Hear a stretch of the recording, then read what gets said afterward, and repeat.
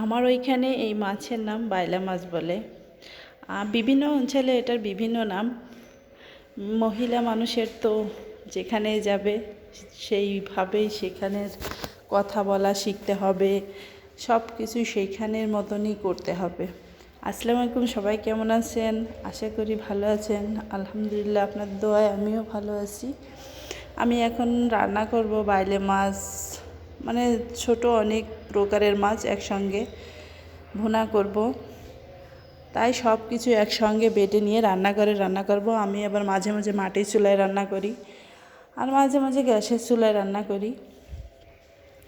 আর রান্না করব ওই যে পাঙ্গাস মাছ ঝোল। ফ্রিজের মাছগুলো সবসময়ের জন্য একটু ভেজে রান্না করলে বেশি ভালো লাগে। টাটকা মাছ আমি ভাজি না, কিন্তু ফ্রিজে যখন রাখি ওই মাছের স্বাদ একেবারেই খারাপ। এই জন্য ভাজলে কিছুটা একটু ভালো লাগে। আগের মানুষের ফ্রিজ ছিল না, খুবই কম ছিল, সেটাই ভালো ছিল। বর্তমানে আধুনিক সময় আর আধুনিক যুগে এসে ফ্রিজ না হলে কারো চলছেও না, আর ফ্রিজে না রাখলে মাছ না থাকলে ভালোও লাগে না। ফ্রিজ একটু ফাঁকা হলেই মনে হয় যে মাছ শেষ, এখন কি খাবো, কি করব, এই ধরনের চিন্তাভাবনা বর্তমান মানুষেরই হয়েছে, যেমন আমারই হচ্ছে। যাই হোক, বলতে বলতে আমার রান্না শুরু করলাম। মরিচ পেঁয়াজ সব একসঙ্গে বেটে রাখছিলাম, ওইগুলোই কষিয়ে নিচ্ছি। আমি সবসময়ের জন্য কাঁচামরিচ দিয়ে রান্না করি। কাঁচামরিচ দিয়ে তরকারি রান্না করলে হয়তো কালারটা একটু খারাপ দেখা যায়, কিন্তু স্বাদটা কিন্তু সেই হয়। আর কাঁচামরিচের উপকারিতাও বেশি, ভিটামিন সি। এই যে সাথে দিয়ে দিব টমেটো। টমেটোগুলো বর্তমান এই শীতকাল মাত্র, তো টমেটোগুলো এখনও ভালো করে বের হয়নি, ওষুধ টষুধ দিয়েই পাকাচ্ছে, এই জন্য বেশি করে কষানো লাগতেছে। টমেটোগুলো একটু কষিয়ে নিয়ে সিদ্ধ হয়ে গেলে পানি দিলে বেশি ভালো লাগে। টমেটোগুলো কষিয়ে নিচ্ছি, কষিয়ে কষিয়ে তারপরে পানি দিয়ে দিব।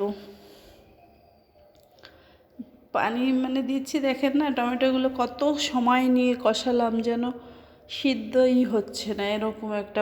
এই সময় টমেটো বিশেষ ভালো না, তাও কি করার, আমার টমেটো খুব পছন্দ। একটু উতল আসলে মাছগুলো দিয়ে দিচ্ছি।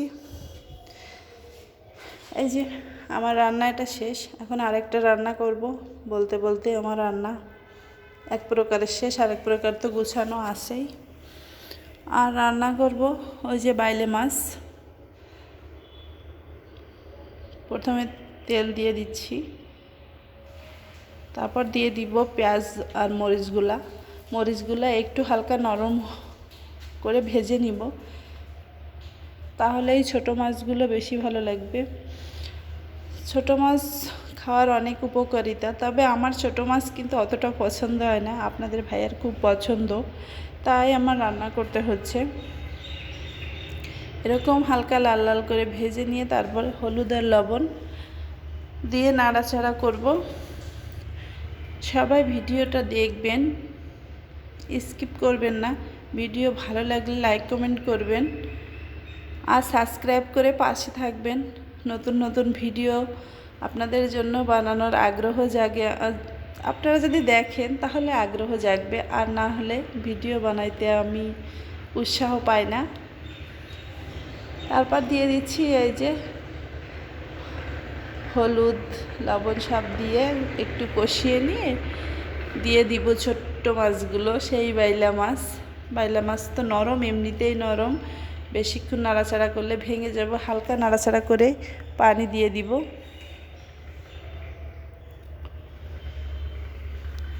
আমাদের এই অঞ্চলে বাইলে মাছ, পুঁটি মাছ, মানে মাছের শেষ নাই।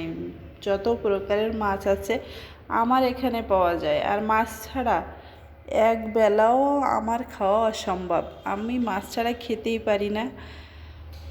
আবার অনেকে মাছ বেশি একটা পছন্দ করে না, আমার খুব পছন্দ।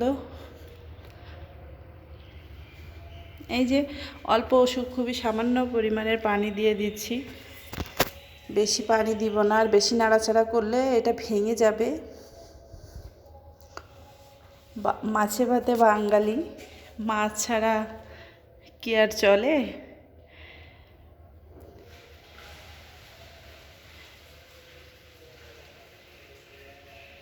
যাই হোক, বলতে বলতে আমার রান্না প্রায় শেষ পর্যায়ে।